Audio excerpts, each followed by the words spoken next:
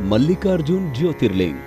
दोस्तों, आप सभी ने हमारे पिछले एपिसोड में सर्वप्रथम ज्योतिर्लिंग भगवान सोमनाथ की स्थापना की कहानी सुनी थी। उसी श्रेणी को जारी रखते हुए हम अपने इस एपिसोड में द्वितीय ज्योतिर्लिंग भगवान मल्लिकार्जुन की कथा सुनेंगे। ये ज्योतिर्लिंग आंध्र प्रदेश के श्री सेलम नामक स्थान पर स्थित है।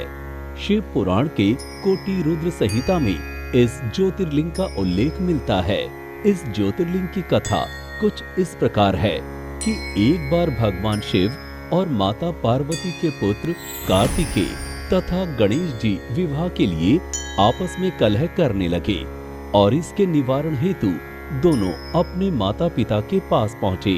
तब भगवान शिव और माता पार्वती जी ने उनसे कहा कि तुम दोनों में से जो कोई भी इस पृथ्वी की परिक्रमा करके पहले यहाँ आएगा, उसी का विवाह पहले होगा।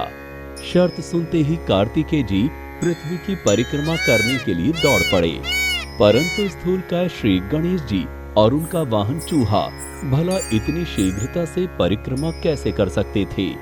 गणेश जी शरीर से जरूर स्थूल थे, किंतु वे बुद्धि के सागर थे। उन्होंने कुछ सोच विचार किया और अपने माता पिता से एक आसन पर बैठने की विनती की। फिर गणेश जी ने उनकी 7 बार परिक्रमा की। इस प्रकार गणेश जी माता पिता की परिक्रमा करके पृथ्वी की परिक्रमा से प्राप्त होने वाले फल की प्राप्ति के अधिकारी बन गए। उनकी चतुर बुद्धि को देखकर शिव और पार्वती दोनों बहुत प्रसन्न हुए और उन्होंने गणेश जी का विवाह करा दिया। जब कार्तिकेय संपूर्ण पृथ्वी की परिक्रमा करके वापस आए तो ये दृश्य देखकर बड़े ही दुखी हुए और फिर वो अपने माता पिता के चरण छूकर वहां से चले गए। माता पिता से अलग होकर कार्तिकेय क्रौंच पर्वत पर जाकर रहने लगे। भगवान शिव और पार्वती जी ने अपने पुत्र कार्तिकेय को समझा बुझाकर बुलाने हेतु देवऋषि नारद को क्रौंच पर्वत पर भेजा। तब देवऋषि नारद ने बहुत प्रकार से कार्तिकेय को मनाने का प्रयास किया, किंतु वे वापस नहीं आए। उसके कुछ समय बाद कोमल हृदय माता पार्वती पुत्र मोह में व्याकुल हो उठी। वे भगवान शिव जी को लेकर क्रौंच पर्वत पर पहुंच गई। इधर स्वामी कार्तिकेय को क्रौंच पर्वत पर अपने माता पिता के आगमन की सूचना मिल गई और वे वहां से 12 कोस अर्थात 36 किलोमीटर दूर चले गए। कार्तिकेय के चले जाने पर भगवान शिव उस क्रौंच पर्वत पर ज्योतिर्लिंग के रूप में प्रकट हो गए। तभी से वे मल्लिकार्जुन ज्योतिर्लिंग के नाम से प्रसिद्ध हुए।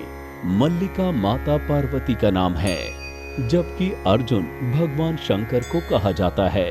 इस प्रकार सम्मिलित रूप से मल्लिकार्जुन नाम का ज्योतिर्लिंग जगत में प्रसिद्ध हुआ। सिर्फ यही एकमात्र स्थान है जहां माता सती के शरीर के अवशेष गिरे थे और भगवान शिव भी ज्योतिर्लिंग के रूप में स्थापित हुए थे। इसलिए ये स्थान एक ज्योतिर्लिंग भी है और शक्तिपीठ भी। तो दोस्तों, आपको हमारा ये एपिसोड कैसा लगा, हमें जरूर बताएं। और क्या आप इस रहस्य के बारे में पहले से जानते थे? कमेंट में बताना मत भूलिएगा।